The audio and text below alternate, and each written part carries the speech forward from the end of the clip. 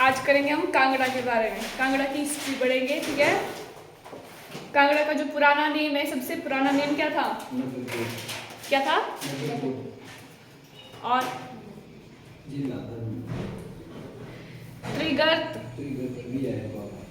त्रिगर्त नगरकोट भी उसी का ही है, कांगड़ा का ही है, लेकिन प्राचीन नेम पूछे तो त्रिगर्त है। और एक और भी है, जालंधर, इसको त्रिगर्त भी बोलते हैं और कभी कभी प्लस जालंधर। जालंधर क्यों बोलते हैं? क्योंकि एक जालंधर नाम का राक्षस था, शिव ने उसको जब मारा था, उसका जो है कान वहां गिरा था, तब उसी के नाम पर फिर कांगड़ा पड़ा था। जो जालंधर राक्षस था उसका कान कटा था, वो पड़ा था कहाँ? कांगड़ा में, और इसी के नाम से पड़ा था उसका नाम कांगड़ा। इसको वैसे ज्यादा पूछते तो नहीं है, पर बस पता होना चाहिए थोड़ा। और जो कांगड़ा की हिस्ट्री की तरफ सबसे ज्यादा ध्यान किसने आकर्षित किया था? Alexander Cunningham. लिखा अलेक्जेंडर कनिंघम।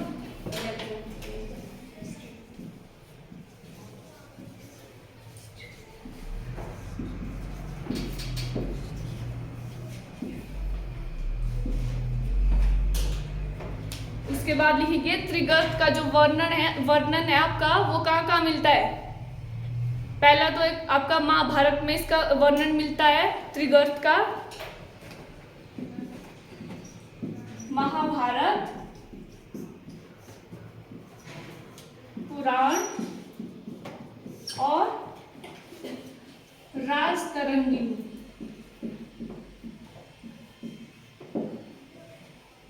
और एक और है अष्टाध्यायी।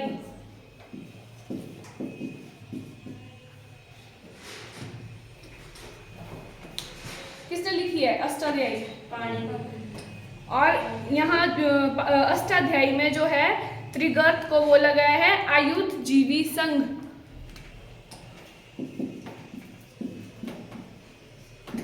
आयुध जीवी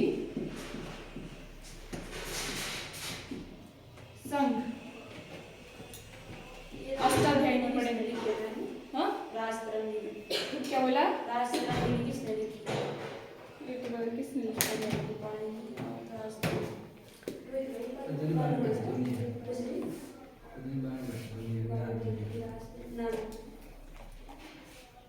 ये लिखी थी, अब मेरे को नहीं आ रहा इसका याद है। चलो कल बता दूंगी मैं इसका श्योर करके, ठीक है। लिखो आगे। और आपके जो व्यास, रावी और सतलुज का जो बीच वाला एरिया आता है, रावी, व्यास, हाँ, सतलुज, इनके बीच का जो एरिया है उसको भी क्या बोलते हैं? त्रिगर्त। पूछ लेते हैं कई बार कि जो व्यास, रावी और सतलुज के बीच का जो एरिया है उसको क्या कहा जाता है? त्रिगर्त। इसका जो पहला राजा आता है आपका भूमिचंद या फिर भूमाचंद। त्रिगर्त रियासत का पहला संस्थापक आता है आपका भूमि या भूमाचंद।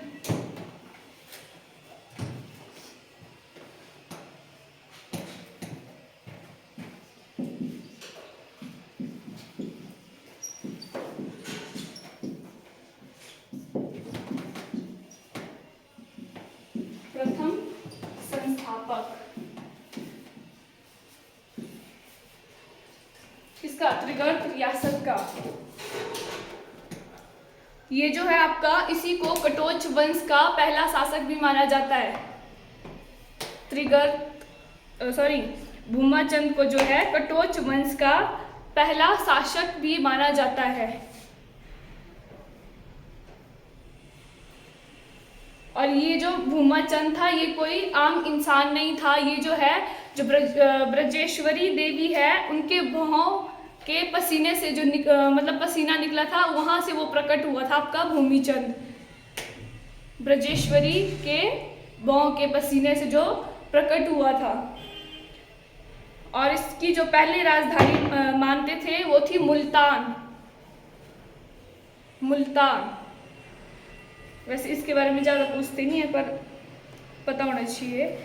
फिर आपके बाद इसके बाद आता है कटोच वंश का 234वां शासक।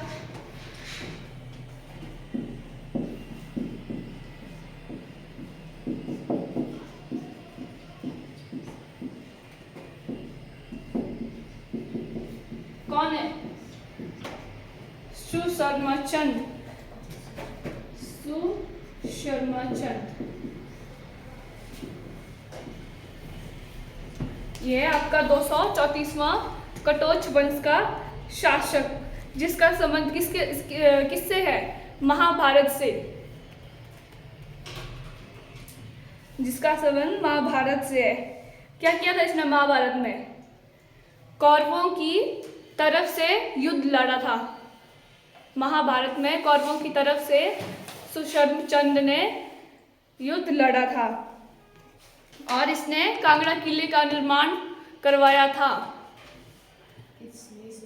सुशर्मचंद ने इसने कांगड़ा किले का निर्माण करवाया था और उसको क्या बोलते हैं? नगरकोट का किला भी बोलते हैं। कितने नाम हो गए कांगड़ा के?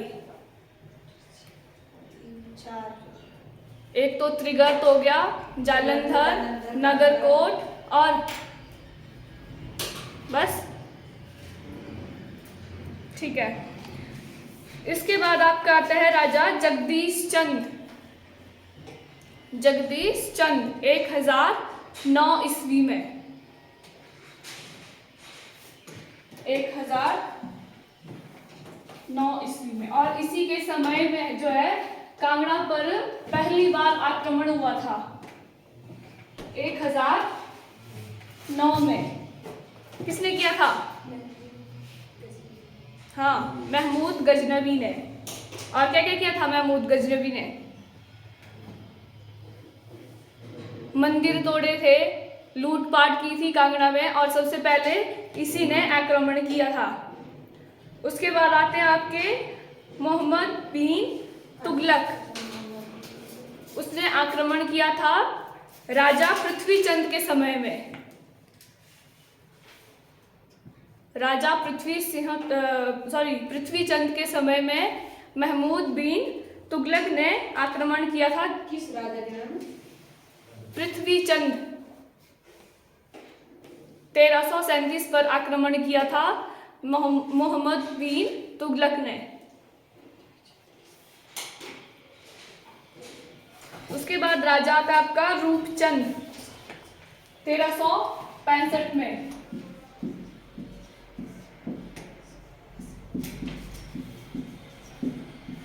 रूपचंद के समय में फिरोज शाह तुगलक ने आक्रमण किया था। फिरोज शाह तुगलक, और उसने जो है ज्वालामुखी मंदिर में लूटपाट की थी और वहां से 1300 संस्कृत ग्रंथों को अपने साथ लेके गया था और फिर उनको साथ ले गया। उसके बाद उसने जो है उनको फारसी में उनका अनुवाद करवाया था। किससे करवाया था? अजुद्दीन खालजी खान, इंपॉर्टेंट है।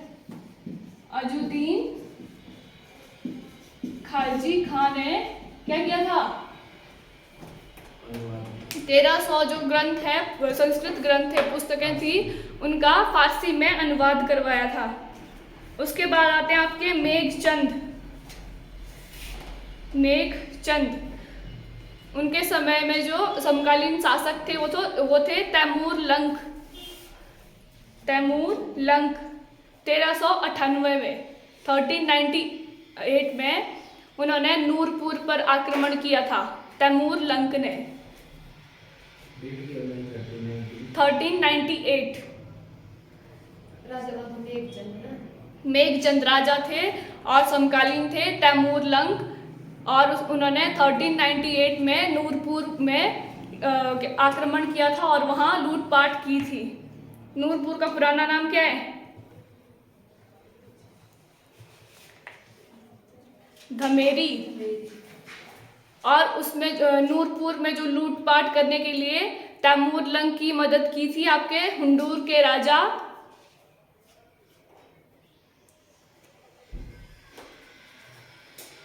हिंदूर किसका पुराना नाम है?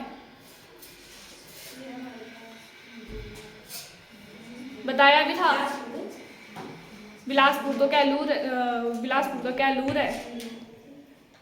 हिंदूर। नालागढ़ का पुराना नाम क्या है? हिंदूर। उसके बाद आते हैं धर्मचंद। धर्मचंद उनके समकालीन शासक थे अकबर।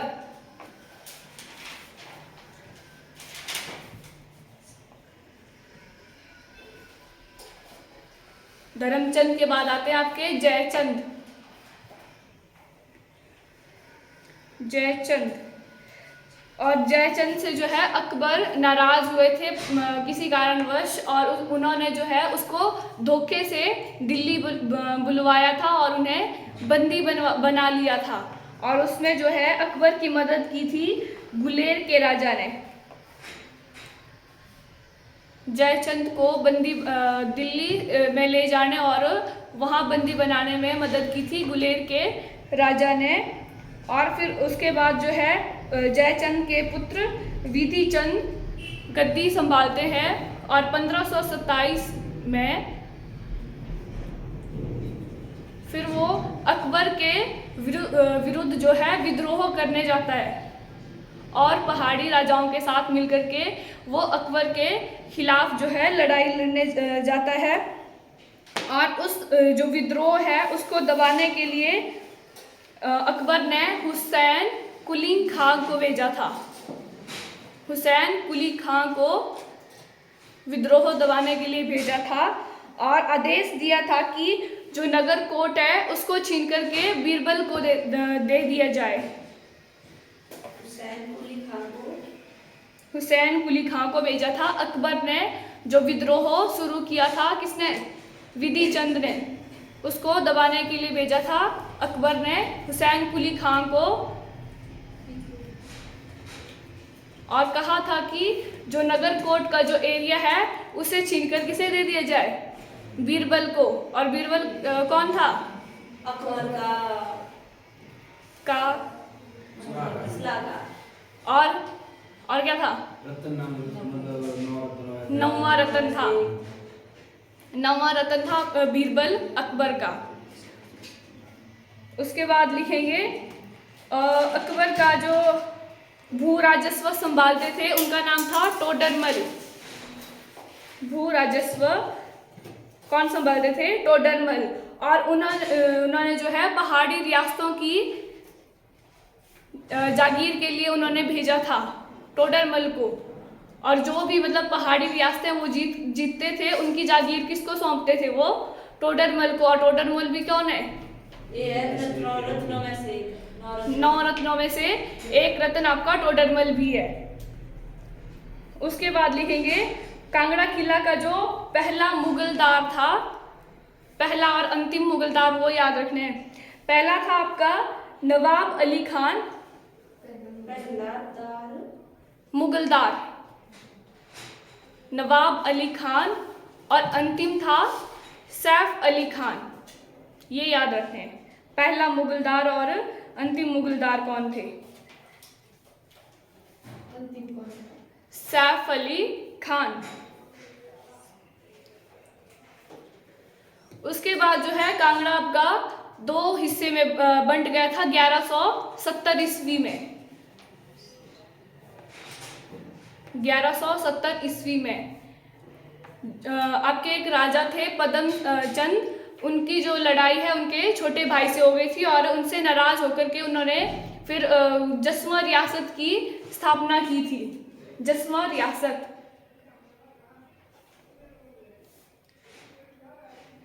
जब पहली बार कांगड़ा ब्रेक हुआ था तो वहां से निकली थी जसवा रियासत और दूसरी बनी थी फिर गुलेर रियासत। पहली रियासत थी जसवा और दूसरी थी गुलेर रियासत। और जसवा किसका पुराना नेम है? उन्ना का। जसवा पुराना नाम है उन्ना का। और जसवा रियासत की स्थापना कब हुई थी? कब हुई? कब बंटा कांगड़ा 2 हिस्सों में? 1170। तो तभी हुई थी जसवां रियासत की स्थापना भी। और किसने की थी? किसने की थी? पूरब चंद ने। पूरब चंद 1170 ईस्वी में पूरब चंद चंदेल ने जसवा रियासत की स्थापना की थी। और गुलेर रियासत की स्थापना हुई थी 1405 ईस्वी में। 1405 ईस्वी में गुलेर रियासत की स्थापना, और वो की थी हरिचंद ने। हरिचंद। उसके बाद लिखेंगे जो रामचंद थे वो थे गुलेर रियासत के 15वें शासक। रामचंद गुलेर रियासत के 15वें शासक।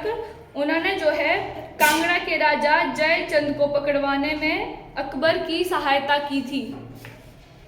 जो मैंने बताया था ना कि जो जयचंद से अकबर नाराज हो गए थे, फिर उन्होंने उन्हें धोखे से दिल्ली बुलाया था और उनको बंदी बनाया। तो उसमें मदद की किसने की थी? गुलेर के राजा। तो वो कौन थे? रामचंद। और उन्होंने जो है तारीख़-ए-दोदी पुस्तक भी लिखी थी। तारीख़-ए-दोदी पुस्तक। तारीख़-ए-दोदी पुस्तक रामचंद राजा। उसके बाद आते हैं रामचंद के पुत्र जगदीश चंद।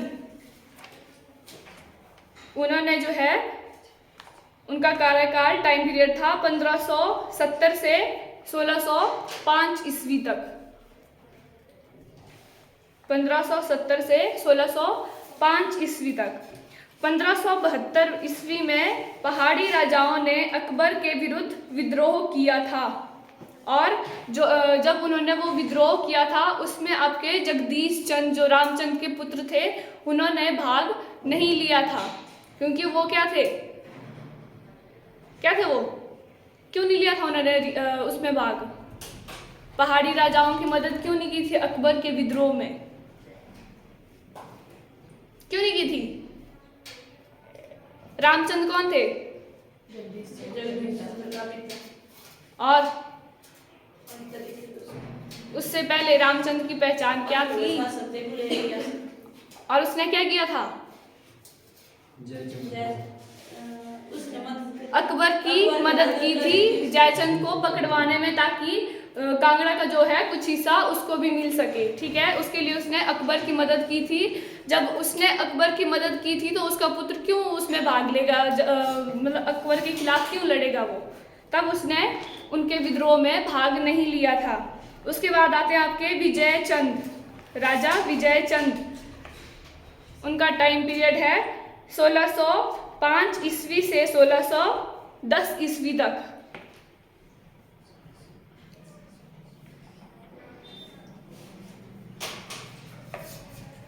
उन्होंने जो है सिर्फ 5 साल तक ही राज किया था। उसके बाद आते हैं आपके रूपचंद। उनका टाइम पीरियड है 1610 से 1635 ईस्वी। 1610 से 1635 ईस्वी। इसने जो है कांगड़ा किले पर कब्जा करने के लिए मुगलों की मदद की थी। जो आपका रूपचंद है इसने भी कांगड़ा किले पर कब्जा करने के लिए मुगलों की मदद की थी। और इसका जो है समकालीन शासक था, कौन था? हाँ, जहांगीर। और जहांगीर ने इसको उपाधि भी दी थी। क्या उपाधि दी थी? जहांगीर ने इसको रूपचंद को उपाधि दी थी बहादुर की उपाधि। मुगलों की मदद की थी। समकालीन थे जहांगीर, और जहांगीर ने रूपचंद को दी थी उपाधि बहादुर की उपाधि।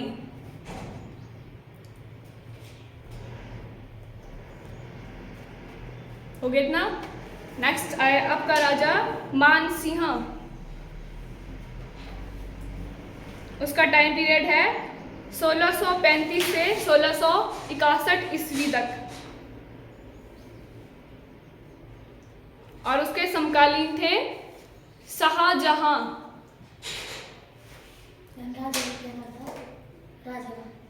मानसिंह। टाइम पीरियड था 1635 से 1661 ईस्वी और इसके समकालीन थे शाहजहां, और शाहजहां ने भी मानसिंह को उपाधि दी थी शेरे अफगान, शेरे अफगान। और इसने जो है मकोट व तारागढ़ किले पर कब्जा किया था। मकोट और तारागढ़ किले पर कब्जा किया और उसी के नजदीक एक मानगढ़ किला भी बनवाया था।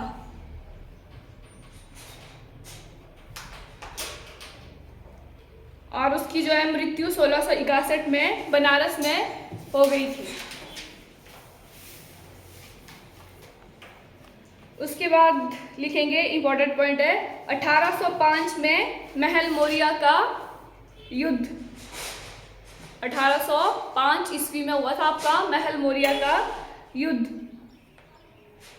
और जो अमर सिंह थापा थे वो कब आए थे आपके? कौन से महल मोरिया कब आए थे आपके? गोरखा, गोरखा कमांडर कब आए थे यहाँ?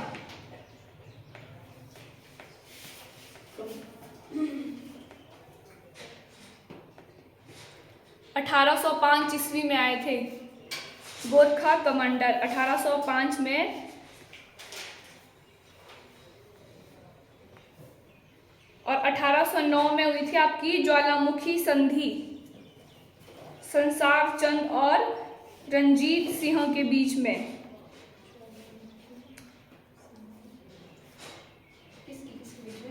संसार चंद और रंजीत सिंह। उसके बाद पढ़ेंगे हम रियासतें आएगी आपकी, गुलेर रियासत, नूरपुर रियासत, सिब्बा रियासत, दतारपुर रियासत और बड़ा बंगाल या बंगाल रियासत। ठीक है, ये इन रियासतों के बारे में हम कल पढ़ेंगे अब।